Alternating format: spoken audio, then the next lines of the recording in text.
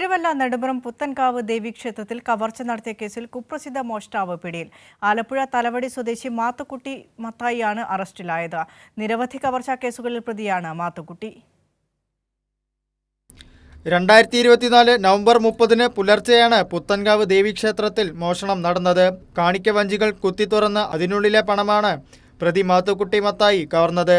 CCTV ദൃശ്യങ്ങളിൽ നിന്നാണ് പ്രതിയെപ്പറ്റി പോലീസിന് സൂചന ലഭിച്ചത്. ഈ കേസിൽ അന്വേഷണം പുരോഗമിക്കുന്നതിനിടെ മറ്റൊരു മോഷണ കേസിൽ കൂടെ പ്രതിയായ മാത്തുക്കുട്ടി മത്തായി പോലീസ് പിടിയിലാകുകയായിരുന്നു. പുന്നപ്രയിലെ അന്നപൂർണേശ്വരി ക്ഷേത്രത്തിൽ നടത്തിയ കവർച്ചാ കേസിൽ 2 ആഴ്ച മുമ്പാണ് പോലീസ് മാത്തുക്കുട്ടിയെ അറസ്റ്റ് ചെയ്തത്.